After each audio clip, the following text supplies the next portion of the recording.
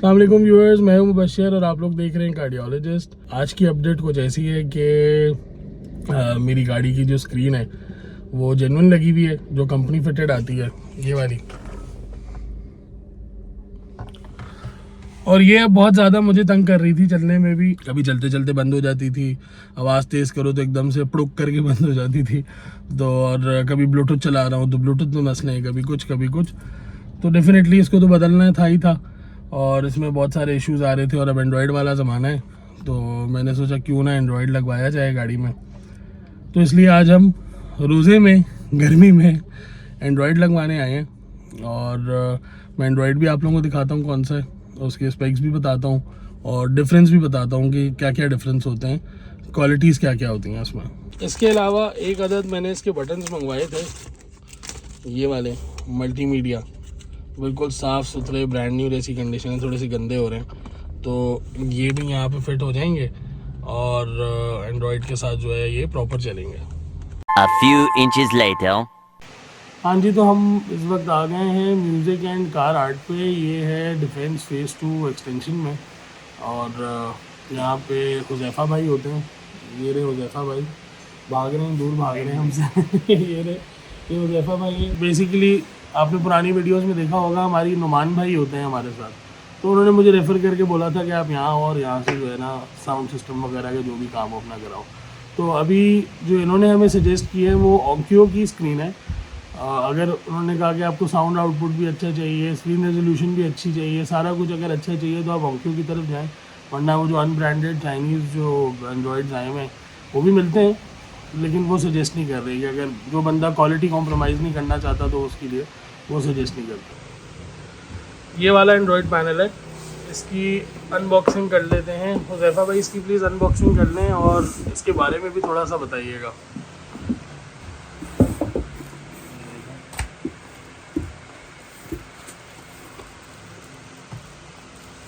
अच्छा, जो अदर जो ब्रांड भी आते हैं, सबसे पहले उसकी खासियत है कि मेटल उसमें है। अच्छा, बॉडी में मेटल बॉडी के अंदर है।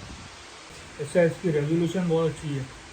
बाकी अदर उसमें देखा होगा आपने कि इसकी जो पीछे का जो बेस होता है वो बिल्कुल हल्का, यानी कि इसमें भारीपन नहीं होता है। इसमें बहुत अच्छी क्वालिटी का इन्होंने प्रोसेसर दिया हुआ है पीछे। बाकी अदरवाइज़ का फीचर बहुत अच्छा है। होम पेज बड़ा क्लासिकल है इसका, इसको ऑन भी करके दिखाते हैं।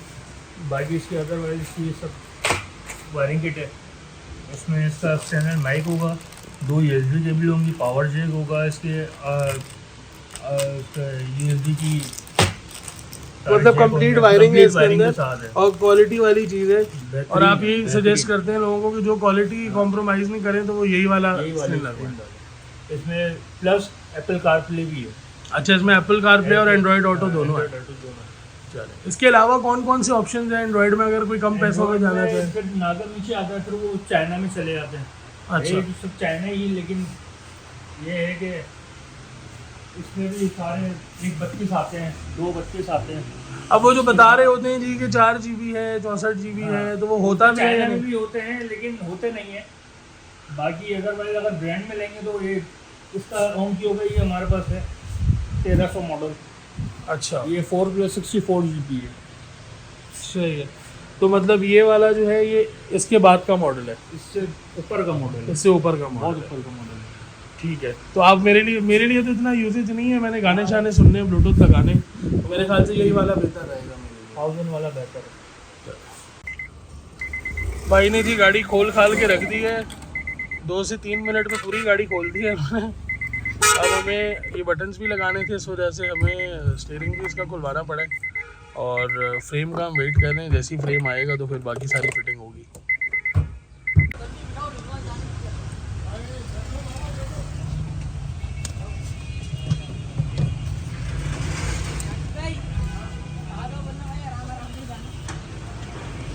Many hours later.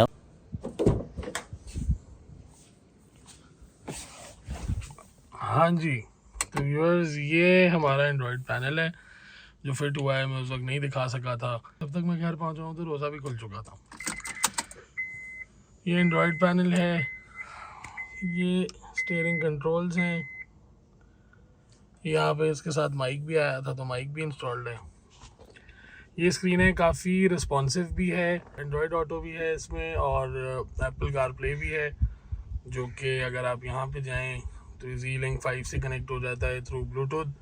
और इसके अलावा इसमें स्पॉटिफाई भी है, नेटफ्लिक्स भी है, और ये प्री लोडेड है सारा कुछ, मैंने इंस्टॉल नहीं किया इसमें, बल्कि मुझे कुछ एप्लीकेशंस डाउनलोड करनी है, वो मैं करूँगा। अभी तक मैं इसको सही से खुद भी प्रॉपर तरीके से यूज़ नहीं किया है, मैं इसको भी यूज़ टू होऊंगा, थोड़ा टाइम लगेगा। जो कुछ सेटिंग्स थी थोड़ी बहुत तो मैंने देखी हैं। साउंड आउटपुट अलबत्ता बहुत अच्छा है इसका, और इसमें साउंड के लिए सेटिंग्स भी बहुत ज़्यादा दी हुई हैं। यहाँ पे DSP के नाम से एक ऑप्शन है, ये बहुत अच्छा है, साउंड क्वालिटी इसकी बेहतरीन है। मेरी गाड़ी में इस वक्त बिल्कुल रेगुलर नॉर्मल स्पीकर्स लगे हुए हैं जो कंपनी फिटेड होते हैं, और वो बहुत अच्छी साउंड दे रहे हैं, बहुत अच्छा साउंड बन रहा है। ऑल्दो मुझे साउंड सिस्टम इसका अपग्रेड करना है आगे जाके, बट अभी के लिए बहुत अच्छा साउंड है। रमज़ान है तो इसलिए मैं गाने भी प्ले नहीं कर सकता और कॉपीराइट का भी इशू होता है। तो ये है एक छोटा सा एंड्रॉयड का रिव्यू।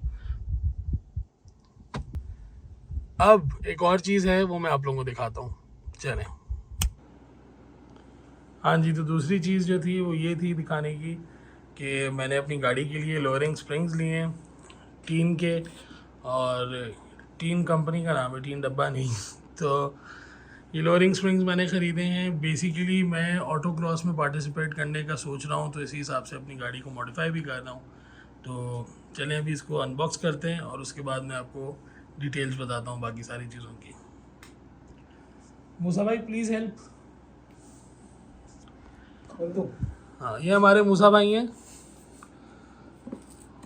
ज़बरदस्त आदमी है बहुत। हम छोटे होते थे तब से हमारे साथ हैं ये, और अभी तक हमारे साथ हैं, हमारे ऑफिस में होते हैं ये। चलें जी, ये अनबॉक्सिंग करते हैं इसकी। ये इसके साथ यूज़र मैनुअल आया है, इसके अलावा एक स्टिकर आया था, वो मैंने गाड़ी में लगा दिया है। ये स्प्रिंग्स के साथ बेसिकली लगते हैं कि स्प्रिंग्स अगर आप बहुत लो हो जाते हैं तो ये टकराते हैं, जो इस वजह से रबर इन्होंने दिया है। ये आ गया जी आपका स्प्रिंग एक,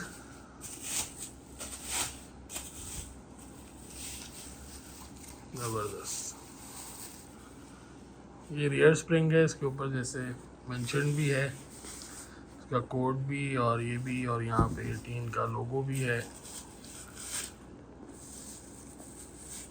अभी लगने के बाद पता चलेंगे कि इनका क्या रिस्पॉन्स है और किस तरह से ये चलते हैं। वो तेरी फ्रंट के हैं, वो रियर के थे, सारी खोलने की भी ज़रूरत नहीं है, बस ये स्प्रिंग्स हैं, और लगाने के बाद बेसिकली पता चलेगा कि इनकी क्या क्वालिटी है और क्या सीन है इसका। स्प्रिंग्स ख़रीदने का जो मेन मकसद था, वो मकसद ये है कि गाड़ी स्टेबल होनी चाहिए, थोड़ी सी राइड स्टिफ हो जाएगी इसकी।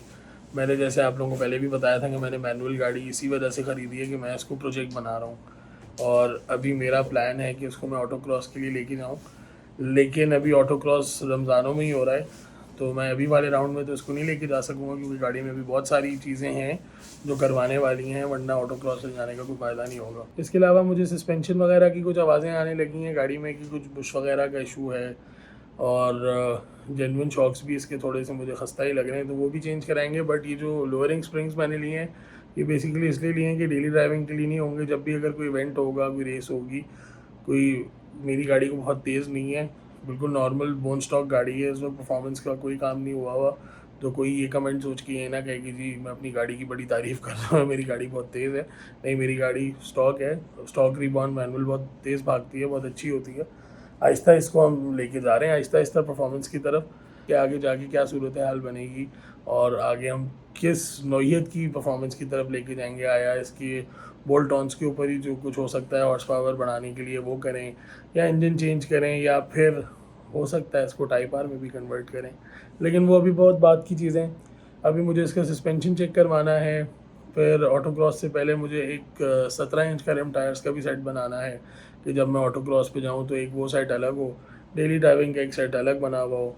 फिर बॉडी किट लगानी है, जगह जगह पे गाड़ी को पेंट की ज़रूरत है, क्योंकि मैंने शायद पहली वीडियो में भी बताया था कि गाड़ी लो माइलेज भी थी और बम्पर टू बम्पर जेन्युइन थी। मैंने ये सोच के तो नहीं मैं गया था कि मुझे बम्पर टू बम्पर जेन्युइन गाड़ी चाहिए, मगर इत्तेफाक से मुझे बम्पर टू बम्पर जेन्युइन गाड़ी भी मिल गई, और गाड़ी बहुत अच्छी कंडीशन में मिली माशाल्लाह से, और अब मैं उसको और बेहतर से बेहतर करने की कोशिश कर रहा हूँ। इसके अलावा मुझे अपने व्यूअर्स से और भी चीज़ शेयर ये करनी थी कि मैं एक ऑटो स्टोर बना रहा हूँ, बल्कि ऑलमोस्ट बन चुका है, और उसको मैं इंशाल्लाह लाइव करूँगा। तो मुझे ये चीज़ भी अनाउंस करनी थी वीडियो में कि मैं ऑटो स्टोर बना दिया है। गाड़ी के कोई भी पार्ट्स हों, ब्रेक पैड्स हों, सस्पेंशन के कोई पार्ट्स हों, काबली पार्ट्स हों, नए पार्ट्स हों, तो मैं एक ऑटो स्टोर मैंने बना लिया है। लेकिन अभी सिर्फ इंस्टाग्राम के ऊपर है, कोई वेबसाइट वगैरह नहीं है। बेसिकली अभी अनाउंस करने का मकसद ये था कि लोगों को पता चल जाए कि मैं कोई ऑटो स्टोर की तरफ जा रहा हूँ। ये स्टोर अप एंड रनिंग जो है रमज़ानों के बाद ही होगा मोस्ट प्रॉब्ली, क्योंकि अभी इसके अंदर बहुत सारी टेक्निकल चीज़ें हैं। मेरी अब कोशिश यही है कि मैं ब्लॉग्स में भी कंसिस्टेंट रहूँ और आने वाले वीडियोज़ में अपने ऑटो स्टोर को भी अपडेट करता रहूँ, आप लोगों को भी बेहतर अपडेट्स करता रहूँ और प्रोडक्ट्स के बारे में भी गाइड करूँ। मिलते हैं इंशाल्लाह आपसे नेक्स्ट व्लॉग में। अपना बहुत सारा ख्याल रखिएगा। अल्लाह हाफ़िज़।